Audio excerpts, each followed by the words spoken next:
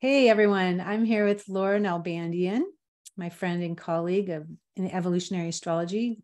We are gathering here today to have a conversation about Laura and her past in EA, and she's one of our wonderful presenters in the conference coming up in October, early October, the 6th through the 8th, our first online evolutionary astrology conference. Before we get into the topic of what she wants to share with you all in October, hello, Laura. Welcome. Hello. We wanted to go back to the beginning. Kristin wanted to go back to the beginning because it was a very special beginning. And Laura, you were so young when it happened. So that means you've been around for the longest of anybody on this team of astrologers that we have in October. You are the true veteran. Well, yeah, I was there from the beginning of him showing up in our lives. So, yeah. Jeff Green knocked on Astrology et al.'s door back in 1976. Oh my goodness, August 15th, 1976, 47 years ago. And the store was closed. It was a Sunday. It was the exact day of his Saturn return to the minute. I remember way back when him talking about this. And so we did generate a chart on that. But your mom, Maggie, was inside working, even though the store was closed. And he's waving at her, knocking on the door. And she lets him in the store. And they recognize each other. They recognize each other because he says they were in the last life that he had together when he was a Native American boy. And she was his mother. So I wanted to share this wonderful picture of the two of them. Laura's mom and Jeffrey Wolf Green, the founder of evolutionary astrology. You can see the connection between these two. And where was this, Laura? Do you remember where this picture was taken? This was taken at a hotel in Renton. It was one of the last few Washington State astrological events that Mom organized. I was there. Everybody from our bookstore was there. All the folks that worked there and friends of Jeffrey's, Char Rayner, Sharon Glantz. My first husband, Darby, was there, and Aaron Sullivan was there. Joanne Wickenberg, David Pond, I believe his sister Lucy was there. So it was a small conference that she put on in the name of WASA, the Washington State Astrological Association. Well, that's a beautiful image, and you can see the love that they share between the two. He always spoke so highly of her. He just had so much love for your mom, and she really gave him his start. They were talking astrology a bit, and he was finding his way and receiving downloads in astrology. Actually, the major download, I think, wasn't until a year later, until a year after he met her. And he just started doing charts after receiving all this information downloaded into his consciousness through dream by Yukastwar. And the way that he describes it was that the pages were just being turning pages, like turning pages in a book in dream. Yukastwar, page after page, the Pluto book was shown to him. And so Maggie Nalbandian gave Jeff Green his start, and this is where he did his readings in Astrology et al. It's really where it all started, where it all happened for many, many years. And you were a teenager, right? Yeah, I was 17. This picture would have been taken, I'm trying to think of the year. Norwalk was started in 84. This might have been 81 or 82. Yeah, it would have been, yes, it would have been the early 80s. And I do remember the stories. I do remember that time. He looked very different. He walked in, as Mom tells the story, I wasn't there. He was in his army fatigues or military fatigues, military boots. He had his big long hair. And if I'm not mistaken, he may have had a beard and mustache in the very beginning. Yeah, a beard and a mustache. That's what he said. Yeah. And it's surprising that Mom would have opened the door on a Sunday to someone yeah, right.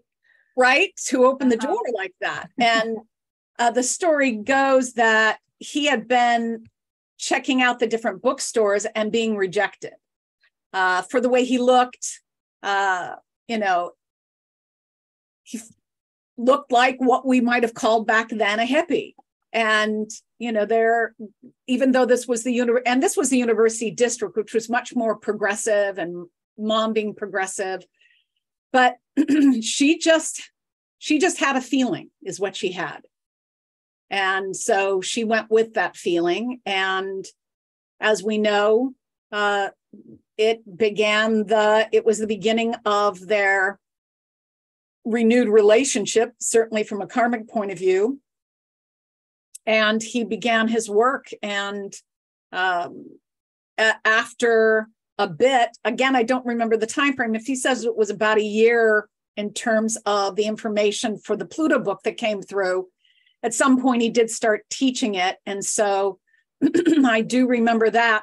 I was not in his very first classes, just to be clear. I knew him at 17. He did a reading for me. I was working in the bookstore. And I left the bookstore in 78. The story goes, my father fired me because he said I was too comfortable working in the bookstore and I wasn't finding my way in the world. So he fired me to go out in the world and find my way. And I ended up coming back in 83 after working out in the world and developing skills, being a bookkeeper for a large accounting firm and so on, and came back to the bookstore with my daughter, who was born in 83. And I began my astrological education, true astrological education, in 83. So you had a lot of options within the store of studies and different teachers or lectures at different conferences. You could have gone in any direction with your astrology work and study. Well, I would say that is possibly true. You know, we had lots of people in and out, but no one teaching classes on a regular basis except for Mom and Jeffrey. I will say that I came back to the bookstore to be the manager of the bookstore. I had no particular interest in being an astrologer. What led me to study was a very Capricorn Earth reason, which was, if I was going to be the manager of an astrological metaphysical bookstore, I really needed to know something about the topic of astrology. I had been reading metaphysical books of all kinds since I was 16 when the bookstore opened. So I had a comfortability with metaphysics, spirituality of many different types, but astrology kind of eluded me. My brain didn't seem geared toward it. And so I started with Mom, and then went to Jeffrey's class. And frankly, as I've always said, it was harder than I thought, or maybe it was as hard as I knew it was. So I quit. And then she cajoled me to go back, and I went back and I quit again. And then she cajoled me back again. And this was all within the span of that year of 1983. And something clicked with it. And I developed, an obsession for it. And I had at my disposal every book under the sun of astrology, read lots of them, but I think that there was only one path for me, Kristin. I really do. It brings up a lot of emotion thinking about it, but I really do think there was only one path. Not that I looked at every other path and said, no, evolutionary astrology is for me. It was like a lodestone. It was like metal filings to a magnet. That was the path I went to, and it spoke to me. So, through the many years, 35, 40 years of being around astrology, make it almost 50 years. It's not quite, it's like 47 years since Jeffrey walked in. But anyway, being around that since I was 16, being around astrology, and then being around evolutionary astrology, it's just, that was the path for me. I wasn't committed to being an astrologer. Mm-hmm.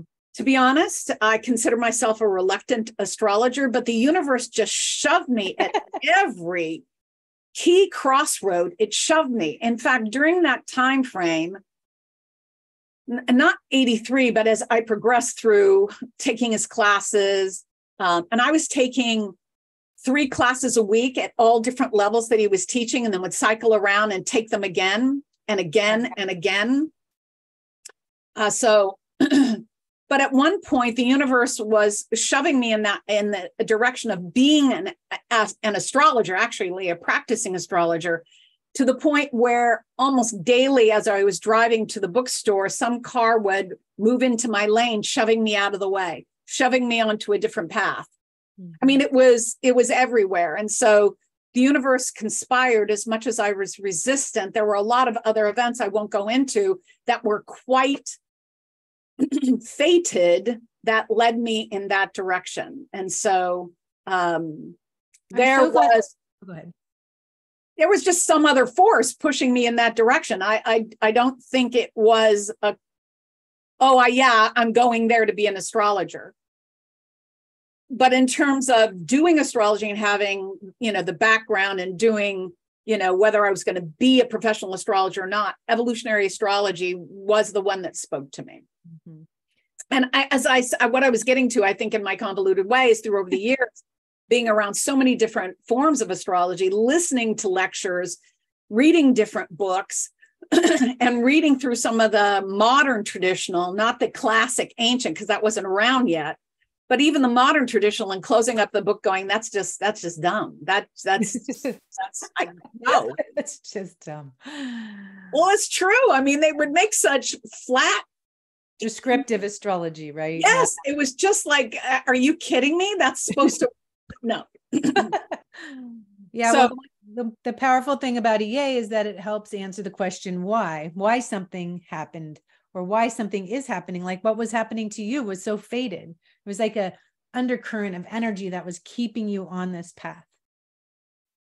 Well, right? Apparently it was. I don't have, I certainly have zero regrets where my life has gone. I consider myself deeply blessed by my mother and by Jeffrey and the gifts they gave me. I was gifted that from them. I wasn't, I had at my disposal to do all those classes without charge, to access books at any time, to listen to lectures, to go to conferences and do things. And it was just, I tagged along for the ride, it seemed to me in the beginning, and just incredibly blessed. I can't even begin to tell you. I agree. You are blessed. You were blessed then. And it's a wonderful feeling to reach this point in your journey and to be able to really relish in all that time and to feel so much gratitude. Because when you're in the process and when you're learning all this, all that you need to learn in this work, the depth that it brings and offers. And as we evolve, as we age, as we go through life, doesn't it take on a whole nother level of meaning for you? It just all does. I mean, everything truly does. I mean, the whole time frame through beginning my studies, the transits I was going through at the time, the deeper times of not just in 83 when I really started, but the transits that went forward. I was approaching my Saturn return. There was Uranus and Neptune transiting through all of that, and as it was coming up. Nonetheless, the downloads that I had that were triggered by Jeffrey, in the sense that he would, in class, he would send us home with the option to meditate. I was never a writer, and homework was really a struggle for me, but he would send us home to meditate on just the homework. And so I would do that, and that was easier for me. And so just all the intuitive information that tended to rush in and over time. And that is not to say that I didn't know my foundational elements of astrology, but what grew from that was a far more intuitive process of growing the archetypes. And Jeffrey and I don't know if he'll remember, but we used to play a game together, and I would ask him a question, and I can't remember some of them really, but I would ask him a question about something, and he would ask me to imagine what the answer would be. And so I would close my eyes and imagine, and just, again, the most amazing stuff would come out or come up, into my brain, and so it's something that he triggered. And of course, just all the silly and fun times that we had in the bookstore day in and day out, in between his clients, and all the phenomenal conversations that we all had, Mom and Jeffrey and Shar and I, just these deep philosophical, spiritual, astrological conversations that we'd all debate or have our opinions. And it was like a Shangri-La. It was this bubble of incredible energy that was going on there. Energy, for sure. And connection, and yes, souls circling back. And in particular, the day he walked into the store and seeing your mom and recognizing her. We all have that experience in our lives when we meet people for the first time and we're thinking, do I know you? That's what I love about astrology so much, or evolutionary astrology, that really supports all this intuitive energy that we carry, or emotional connection we feel with people. It's just so validating when we can see the symbols in the chart. You said something earlier, which I want to come back to, because I know a lot of people struggle with what you did initially, and I did too, which is, oh my gosh, this is so hard. This is so much. Am I ever going to get this? Am I ever going to be able to figure this out? And you quit and came back to it, and you quit and came back to it. And then timing is everything, really. But this work will always bring you back to it. When your soul is ready for the journey, it will bring you back to it. So thank you for sharing that, because I think people listening are going to be happy to know that even someone like you, wanted to throw in the towel early on. And this is what I tell my students all the time. Look, I mean this in all sincerity. If I can do it, you I love that. I say that a lot too, Laura. I absolutely say that a lot too. And I know how hard it is. Mm-hmm. I know it is not something you just pick up a book and then all of a sudden you're an astrologer. It takes work. Yeah, it does. It takes reading. It takes reading after reading after reading, because every reading is different. Every soul is different. Even if you're staring at the same charts of two souls born within minutes apart, as twins, for example, those souls have different past lives, everything else. And so it is really about feeling into that soul's experience. And every time, it's like a kaleidoscope of energy. There's more color, more pieces that come together when you are an astrologer for others. And that's what I love about this work too. I'm never bored with it. Every time I talk to someone, it's a different conversation. I grow so much too every time I'm working with a client or tutoring a student, as you, I know as well, feel the same way. It is such a joy. It is such an honor. We are blessed, for sure.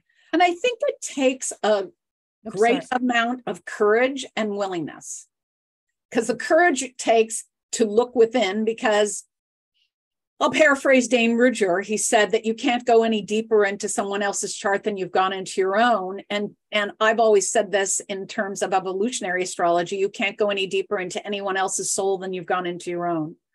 So you have to be willing to dive. You have to be willing to look. You have to be willing to question. You have to be willing to turn over the painful rocks and look what's underneath. You have to do that so that you can be present with other people looking at their charts. Yeah. I mean, I feel like there is a sense of needing to feel ready, although maybe in some cases we're never feeling ready to look at the stuff that's hard. But There's a quote I heard once that was, when the pain becomes greater than the fear. It's true. When the pain of not being you, naturally you, authentically you, becomes greater than the fear of what you're going to see when you do look back or turn over that rock. Well, that leads me to something I now have to share with you. Around that time, as I was heading into my Saturn return and facing a lot of stuff within myself, a mantra came up. Fear causes resistance. Resistance causes pain. And that used to be my mantra. And then Patricia Walsh added 2 more lines to it a few years ago. So I made something for my wall and it says, fear causes resistance. Resistance causes pain. Pain causes awareness, and awareness causes healing. Oh, I love that. That's beautiful. Yeah. So my mantra back then was fear causes resistance. Resistance causes pain. Look at the pain. If you don't like the pain, then you're going to have to face the fear.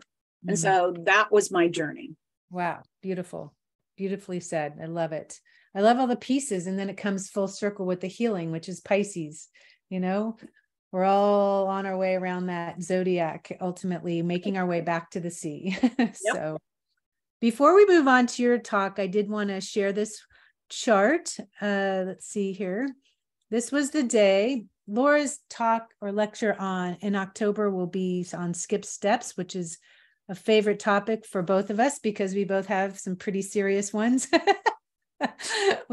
I can laugh about it, but definitely something we've both been working on this entire lifetime, and many lives sometimes when you have a skip step. But Saturn, at this Saturn return, there's Jeffrey's chart on to the minute of his Saturn return, August 15th. This is 47 years ago. Do I have my math right? 46 years ago? Well, 76 plus 47 is 20. It should be 2023. Okay. All right. Anyway, this is definitely an anniversary. Yeah. At the day that we are having this conversation together. So Saturn was squaring the nodes in the sky. You can see Saturn at 8 Leo squaring South Node in Taurus, North Node in Scorpio here. So he was at this karmic intersection. It was a fated moment, And Laura, before we got online here, you were also pointing out that Venus in his 10th house, it's a relationship planet, but it's also career and a career position, was squaring his nodal axis as well. I definitely see this as your mom being a key relationship for bringing him into his work and into his life's work and destined work. So, yeah, but it's all over the chart. Even if you think at a simpler level, you see the ascendant of the transit that day at 14 Scorpio, almost exactly conjunct his Jupiter. Venus, the ascendant of that at that moment, roughly would have been conjunct his Venus there. So there's just a lot of connections going on. You pointed out the Pluto conjunct Neptune, trine his North Node. So there's a number of things going on here. Sun at the top of the chart. So I'll take it a step back. Jeffrey has Moon squaring the nodes as a skip step. A skip step is when a planet is squaring the nodal axis. So 17 Pisces squaring South Node in Sag, North Node in Gemini. The Moon is family, your family, your mother. It means many things. But in his context, it reflects the sudden loss of his family in his most recent life, Maggie being his mother. And so with Pluto, which rules so many things in this chart, rules the whole chart with a Scorpio rising, Pluto is conjunct Neptune, which rules the moon in Pisces. So there is the fated day of re-meeting with his mother from another life and trining that North Node, which leads to a future together, working together, picking up where they left off. Powerful day. Yeah, and the emotional trauma that the soul experienced is also, just to point out to everybody, reaffirmed a number of ways in his natal chart. Uranus square the moon. Uranus, the ruler of Aquarius on the 4th house, ruled by Uranus square the moon. Those are reaffirmations of that emotional trauma signature that the soul is carrying. Oh my goodness. Thank you for bringing that up.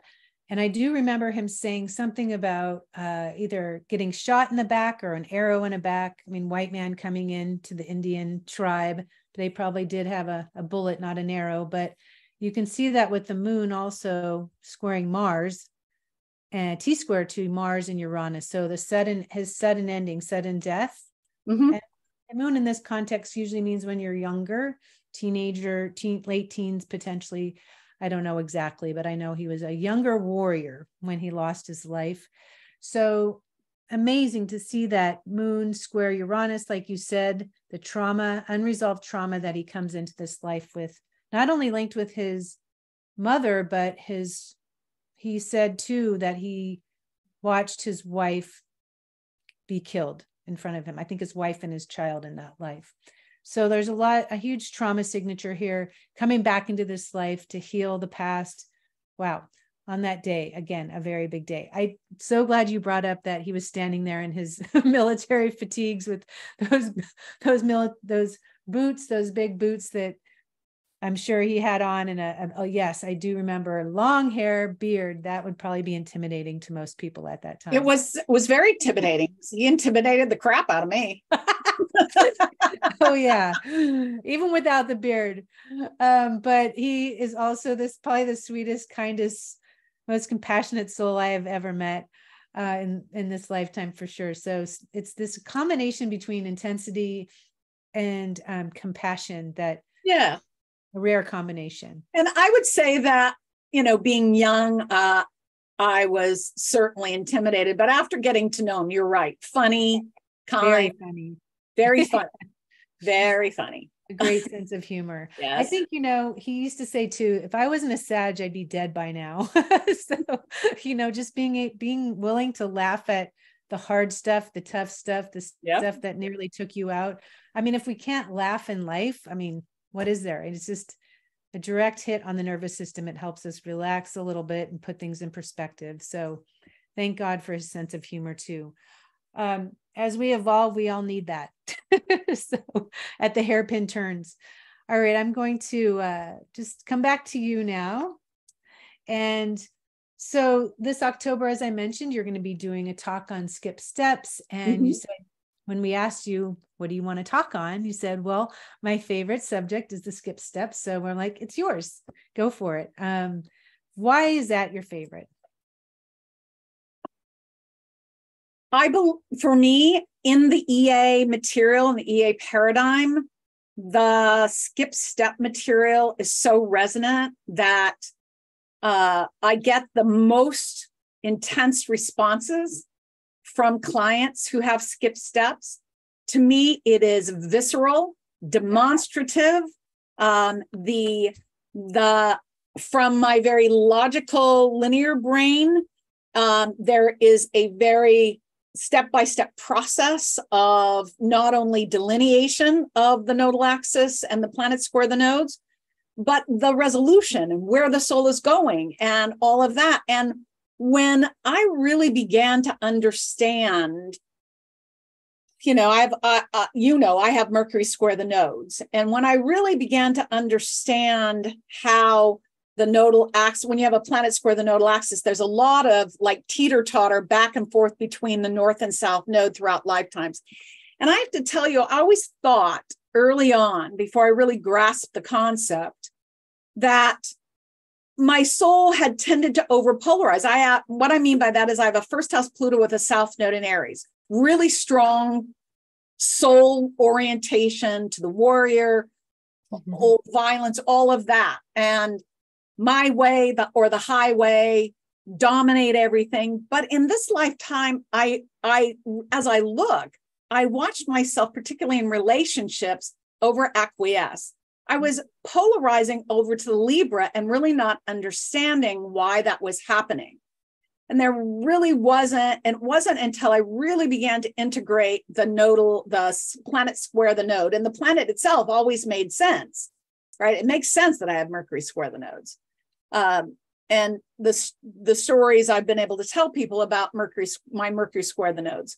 But I really began to see how my soul had been teeter-tottering between past lives of dominance and past lives of acquiescence or over-compromising or trying to accommodate and wanting to be liked and back into conflict, and then back into avoidance of conflict, back into conflicts. And even in this lifetime, at just flip-flopping between those two dynamics of overcompensating and trying to appease and avoiding conflict. I still do it, avoiding conflict where I perceive I have the most to lose, and then going into fight or flight mode of the South Node in Aries. Right. And so I just think every time I do a reading, I watch my clients' eyes start to get bigger and bigger and bigger. And the thing they say to me almost consistently is, I've never had anyone tell me that in my life. Why has no one ever said this to me before? Why have so many other astrologers missed this? Exactly. Because they weren't doing evolutionary astrology. No, they weren't doing evolutionary astrology. Hopefully they weren't evolutionary astrologers, not. No, they weren't. They weren't. The skip steps. And for those people that have never heard of skip steps, I'm assuming people listening have, but it really is a place where we get pinned in prior lives, a place we get stuck, just like you're talking about, flip-flopping back and forth between extremes at times. And it can take lifetimes to work through that, not just one life. It can take lifetimes to work through that because it is resistance, right? There is fear of expressing yourself, even with Mercury squaring the nodes, not in speaking, but in writing. Right? All of it. Resistance. Yeah. And I think that you've got, for me, when I'm doing and delineating and reading a chart with a planet square the nodes, there's two things that I'm reading. One is the nature of that pendulum swing between the North and the South node off the pivot point of the planet square the nodes, right? And then given whatever planet or planets, because often it can be more than one. I've had up to clients who've had up to 5 planets square the nodes. And so, yeah. And so I have a sibling who has 1, 2, I think she has 4 or 5 planets square the nodes. And each of those planets then becomes a point to discuss what issues are we dealing with. And when we talk about the nature of a skip step, is that for whatever reason, and to me, the reason is irrelevant. For whatever reason, the soul either attempted to move on or wasn't able to complete what it was needing to complete. And so the step was skipped, or some pieces were skipped. I've often used the analogy of a puzzle that when you have a planet square the nodes, it's like, okay, if you have Mars square the nodes, you have this Mars puzzle. If you also have Saturn square the nodes, you have a Saturn puzzle. And so you've got part of the puzzle put together. It does indicate work has been done, right? But there are some key pieces that are missing that brings it all together. And there can be different parts of the puzzle. For me, the speaking piece came together early, not too long after my Saturn return. And I think it was when Saturn and Neptune went over Mercury. And so that was a crisis point that forced a resolution of verbal communication, which I really was not good at. And so the piece about writing, I have worked at it and written personal things, narrative stories, poems, that sort of thing. But in terms of writing something and putting into the public sphere, that is a hurdle too far so far. Well, I mean, and I don't even know that it was part of the plan this time, right? I'm willing to accept that it's not. I don't think you have to come back with Mercury squaring the nodes again, Laura, just because that didn't happen. I mean, you've run circles around so many people by expressing yourself in other ways, through your voice, through your teaching, through your readings and everything else. So I think you're good. And I read somewhere something like 75 to 80% of people who start to write a book never finish it. So, you're good. Yeah, I really feel, I would say in all truth, I feel 80%, 85% good about it. There's a little part that says, the Mercury and Capricorn that says should, ought. Yeah. And also the part of me that wants to overcome, accomplish, I mean, there's all my old stuff that's in there, but I would say the vast majority of me is okay. I figure I've done a lot of work and I'm good with that. So I'm gonna ask you this. I'm gonna put you on the spot. Okay. In EA, we talk about Mars, which is your South Node and Aries ruler, and you do have a first house Pluto, but Mars is the lead point in our evolution. So Mars is a planet of desire and choice making. So I'm going to ask you this question. Do you want to write? No. So it's not part of the plan. Yeah. It's really about desire and want. I mean, you've accomplished so much already. I know right now you want to spend time with your grandkids and rest a little, chill. You've definitely worked plenty. And so you've earned that. So I think for that 15% to be okay with it, just remind yourself, I don't want it. So if you don't want it, then it's 100%. You're good. I'll tell you what, I do have a skip step too, that I pray to God I do not come back with Saturn squaring the nodes. That's been a doozy. I'll take Mercury over Saturn. Thank you very much. I have Mercury retrograde on my South node, so it's very similar to a skip step. And yes, it is. We often say it's about recovering your voice, and that's what you've done big time. The other thing that I love about skip steps, and I know you're going to teach about this, but we can tell how long a soul's been working on something, whether this planet that's squaring the nodes is moving into the square or out of the square, right? By degrees. So if somebody's just coming into a square and it's just approaching that square, it's the beginning. But if somebody is like that, I know I don't like to tell a client that if I see that, but if it's on the way out, which mine's like 6 degrees beyond the square. So I feel like, okay, that's pretty good. But you really at 10 degrees beyond the square, that's the maximum point. No, mine are applying. I have Mercury at 10 and the nodes at 16. So as the node gets smaller into Aries and Mercury goes further into Capricorn, they're applying, not separating. But I feel like you've completely covered so much ground in this lifetime. So that's when you were born. So think about how much you've chipped into that. That's how much you have really dealt with that square.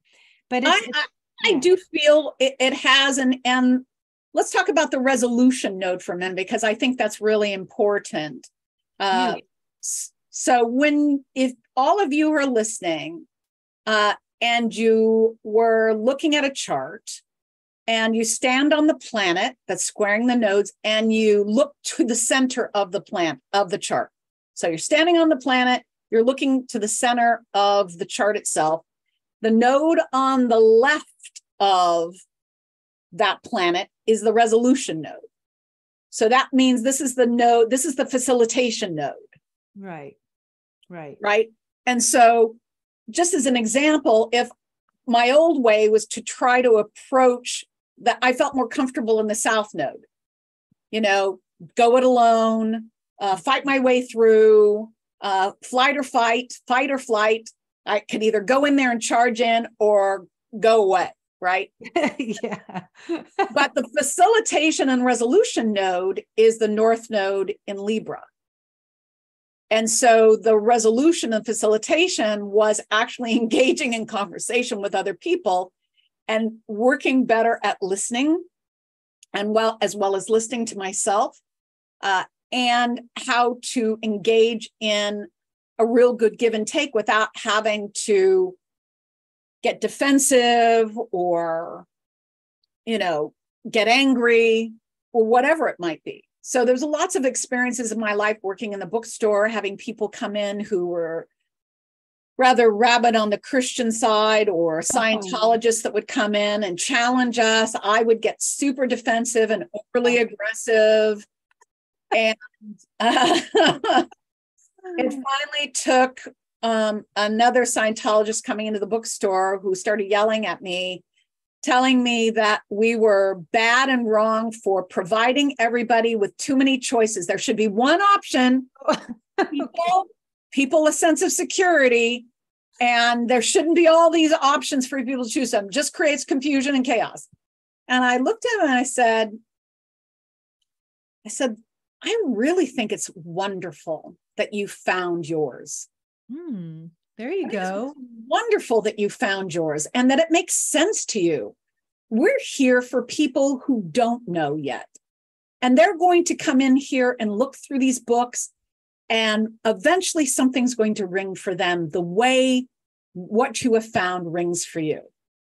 And it left him kind of speechless, and he turned around and walked out. And about 3 months later, he came into the bookstore, found me, and said, I'm interested in looking. What do you recommend? Love that story. Isn't that great? What did you recommend to him? I don't remember. It was so long ago. Oh, that is. It would have been on the metaphysical, spiritual side, because that's where he was questioning, right? Yeah. He wasn't interested in astrology. It was, defining the meaning of the universe. And Scientology had defined it so clearly and so concretely and had very clear and defined margins and rules. That's where he had felt safe. And so I may have talked to him about trusting his instincts. And I really worked at listening and what he was saying. So there was an engagement and a dialogue, and he picked up a book or two and walked out and bought them and walked out with them. That was an evolutionary leap, Laura. Yeah. That was fantastic. The same thing would have happened to me. I would have been triggered by somebody like that, especially with my religious upbringing. But anyway, South Node in Aries in the 9th. Are you kidding me? Okay. I'm ready to pull out. Normally, I would have been ready to pull out my sword. I mean, it's probably scared a lot of people who would come in but the Christians would come in and yell at us that we're going to hell, or some of them would come in and sucker me into conversation, ask me a question about a book. What's this? What's that? And then they go for the kill shot. Tell me I'm going to hell. I'm the spawn of the devil. And I would just get triggered and lose my ever-loving. That's an awesome story. I love it. Another way I see your Mercury squaring the nodes and some of the other symbols in your chart is the way that you and your North Node in Libra, how you promote so many other voices, like with Norwalk and I mean, all over the map, not just evolutionary astrology. Norwalk has astrologers from different branches over all the years. So you've been very Libran that way, and you have had this diversity within your world that supports all voices. There are many paths to the one, right? Seven paths, 7 chakras, 7 candles, 7 churches, I think it says. So you were a real supporter and promoter of other voices, other people. And that to me is a big piece of the resolution for your skip step too. I think that's really cool. I like the way you put that. And thinking about my North Node in Libra in the 3rd house, ruled by a Venus in Aquarius in the 6th. So even more diversity, applying that. I mean, I have been a huge advocate for diversity of thought. I am not an advocate of putting one form of astrology above another or down. I've heard people, slam evolutionary astrology or modern psychological astrology. I've certainly read on social media. I try not to read too much because it does get my blood to boil a little bit. And then even conversely, watching the combats within even the traditional community as they fight amongst themselves for a particular thought about, a house system or whatever it might be. And I'm just like, my North Node in Libra with the Venus ruler and Aquarius, I just don't get it. And so even after the last kerfuffle in the traditional community at the last Norwalk, I sent an email out to the speakers and I said, do not bring this conversation or this fight to my conference. Mm-hmm. Good. Yeah. We are here together, and we are community. We can hold different thoughts and different opinions and different viewpoints.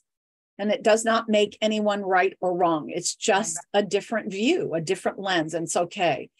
EA is my lens.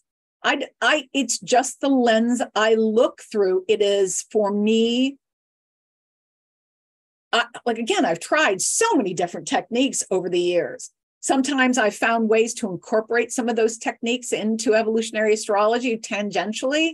Sometimes I do see the value of traditional astrology, but I see traditional astrology as what I call exterior astrology, and evolutionary is what I call interior astrology. And I'd rather gaze into the interior of the soul and why the individual has manifested and incarnated in this lifetime and why they're meant to be here than into what or when something may particularly happen in their lives, or looking at just personality traits and designating something in detriment or fall or exaltation. I think those things in evolutionaries, there's nothing wrong with them in the way that they're applied, I suppose, for those folks. Doesn't work for me. Mm-hmm. Yeah. It just doesn't. It's not the language. It's not the dialect I speak. I've often said that, there's many different ways using an analogy is that, astrology is a language. What's your dialect? It all serves as a point of communication. Mm-hmm. Right. And so, I want to communicate deeper elements of the soul. And after doing a podcast with Chris Brennan on Neptune, and we spent 2 hours delving into this. It's just an incredible experience of entering into this Neptunian realm. Traditional students were watching it and then reaching out to me for a reading, and they'd never had I can't tell you how many readings I did for people who were much more interested in traditional astrology, Hellenistic astrology, than had a reading from me and became interested in evolutionary astrology. It goes a bit deeper, getting into the center of, and again, why life, why this life, why this relationship, why that experience. The why is a Plutonian word. And that's where we start with this work with Pluto. And as I was listening to you too, Laura, while we do look at the paradigm, Pluto, and of course the skip steps, if there's a skip step, we go there first, Pluto, and then the skip step. You can't go to a polarity point of Pluto until you've dealt with the skip step. Think about that. We cannot go to the polarity of our soul until it's like there's a barricade in the way. And I don't think you know this. Maybe you know this, or maybe you'll remember this, but I'm almost certain that your Amazon, the asteroid Amazon, which is the female warrior, is in Libra. And I have Pallas Athena. Yeah, and Amazon, the actual asteroid Amazon. I think I haven't looked at the actual asteroid, but I know I have Pallas Athena, who I use as the champion of the just and right cause. She's righteous in her cause, right? She has a warrior element to her. So I have Pallas Athena conjunct the North Node in Libra as well. Yeah, exactly. I think your Amazon's there too. I looked before the show. I'll have to look at it. So, of course, Pallas Athena is an Amazon warrior in mythological terms, but I just feel like, sometimes what will happen is because ultimately, even though you have this warrior energy, this natural leadership energy, this first house Pluto, you are a warrior for peace. And so you want peace among people. You don't want, that's why the extremes were happening for you, between fighting for it and acquiescing, fighting for it and acquiescing. And I think for all of us, we've all come here to fight for something. It doesn't mean we're carrying a spear. Maybe we're a warrior for our own growth, right? Or for truth, or for love. But we need that fighter spirit in us, right? In order to really, it takes courage to evolve. It takes real courage to tackle that skip step. So are there any specific planets? Do you love them all? Or I do. I don't know that it really matters to me. I've done them all, throughout the years. I don't think there's ever been a planet that I have not seen in a skip step. They're all different because they have signs that are different. They're rulers. A planetary ruler, the dispositor is different. The nodal axis may be different. The context is different based on Pluto, where it's at in the chart. So just like you said earlier, I never get bored. No, right? There's countless combinations. Oh, there's just countless combinations. And they're always just so fascinating. And they just come alive for me, right? The whole chart just comes alive. and I can see things. I can see the connections. I have a firm grounding in the mechanics of astrology, but I allow that intuition and imagination to expand and see beyond and see how the combinations can make interesting story. And so, by the way, the other thing about my Mercury is it's out of bounds. That Mercury square the nodes is out of bounds. And so I often think of it's not one of those things that is a primary or even direct EA methodology, but it's one of those things that I've sort of brought in from other traditions. And I can see where, it operates in a Uranian way, right? We talk about retrogrades operating in a Uranian way, going their own way, breaking and bucking the system in their own way. Planets out of bounds have to do that as well. Either they're doing it, and it again depends on the aspects to the planet, but it is trying to break the bounds or has broken the bounds of consensus or normal, or what might be considered normal behavior for the soul. It's trying to break free. So there's an element to that can be applied there as well. And multiple combinations, like you said, and that gives that Mercury for you an added emphasis of the needing to return, right? To listen to your own thoughts, own voice, own soul. And even the Mercury in terms of the diversity of study that you've had. Look at the store that you were working with, countless books and things you could have picked up at your fingertips, free classes, everything, the information that was coming in, and you had to come up with your version of the truth. Yes, for sure. I mean, that was what life was about. I mean, that is a thing. I remember it would have been 1986, 87. It would have been 86. I was carrying on a study group of the students that we had been in Jeffrey's classes. And the last classes I did, this group carried on after we'd finished the Pluto work and done some other classes or workshops with Jeffrey. We carried on and did this study group. And I had just that fall begun to teach my very first class. And it was just on archetypes. It wasn't anything big. It was just teaching planet signs and houses. The first class was a disaster, and not by my own judgment. I invited a friend to come sit in on the class who knew something about astrology, but I knew she'd be honest. And she's the one that told me it was, that wasn't good. And then she said, but good news is, here's what you can do about it. And so she gave me some really constructive feedback, which was super, super important to the trajectory of my teaching. And so she just said, what do you think? Because I was quoting Jeffrey, and I was quoting my mother, and I was quoting, Joanne Wickenburg and any other number of astrologers. And she said, if I wanted a recitation of what other astrologers thought, I would just probably go read the books, right? She goes, what do you think? What are your thoughts? What do you think this means? And so that was really a spark at that moment. Again, these faded kind of moments. And the other one was in the study group, a student came back and came into town, and he said, can I come tonight for the study group? And in that study group, we were doing aspects and phases, and just so happened that we were doing my Uranus-Mercury gibbous phase, gibbous quincunx. And so everybody was kind of doing an interpretation of it, giving me their thoughts. And this guy said to me in the class, in front of everybody, to a Mercury Capricorn, you have no original thought. You are just a parrot of your mother and Jeffrey. Wow. The next day I had laryngitis out of the blue. I lost my voice. This is amazing. This is crazy. Isn't it crazy? I lost my voice for 3 days. Oh my goodness. Spun in on myself, analyzing, crisis, Uranus, Mercury, quincunx, just full on. And by the third day, my voice came back, and my voice came back. I went through the crisis. He did me the greatest service, as painful as it was to be embarrassed and shamed in front of people. That was my story. That I came through the other side knowing my own voice, that I chose to believe me. I chose. Yes, I was taught by Jeffrey.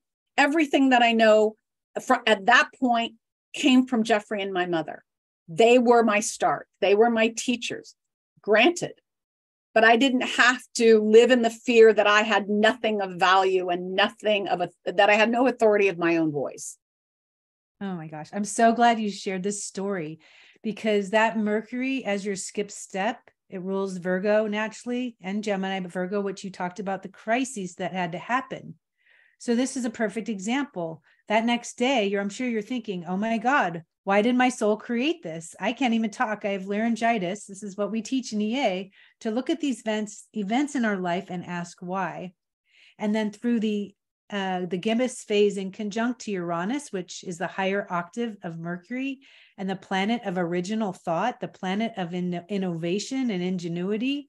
And these two form a gibbous in conjunct to create a crisis, to throw you into your own South Node again, which is your truth, believing in yourself. It is just fantastic. I mean, this is EA in action. I just love it. And Mercury's the ruler of my Pluto, and Pluto trines back to the Mercury. And so I just had to find it. Yeah. And I had to go through the Virgoan gibbous quincunx crisis to break the cycle of doubt of the past. Did that mean I knew everything? Hell no. No. Yeah. Oh, that was just an incredible story. Thank you so much for sharing that. Well, we are thrilled to have you with us at this conference coming up. Of course, we need the veteran there. We need the girl who was there at the beginning and all the way through. Here you still stand. You're still doing this work. You're still helping others do this work. You are shining a light on the path for those that are growing into this work. So thank you, Goddess bless you for that. And I look very forward to your talk in October. I'm excited. This is going to be a great conference. So I'm definitely excited, and for the tribe to get back together, get the tribe together, and let's get it out there. Yeah, we are bringing everybody back from our conference, from our last live conference in Port Townsend, which must have happened like 8 or 9 years ago. I can't remember exactly now. It was outside of Portland. It was in the Meadow. Port Townsend. Thank you. Still Meadows, not Port Townsend. Still Meadows. That was it. Still Meadows. Yeah. So we had a live conference, and we're bringing everybody back with a few new voices. Sweet. So yeah, bringing back the tribe. And we just welcome everybody. And thank you so much for sharing your story. Oh, absolutely. Thank you for creating the space for us all to be there. So it's amazing. It warmed my soul to the core. All right. Well, we'll see you in a few months. Yep. Until next time. Namaste.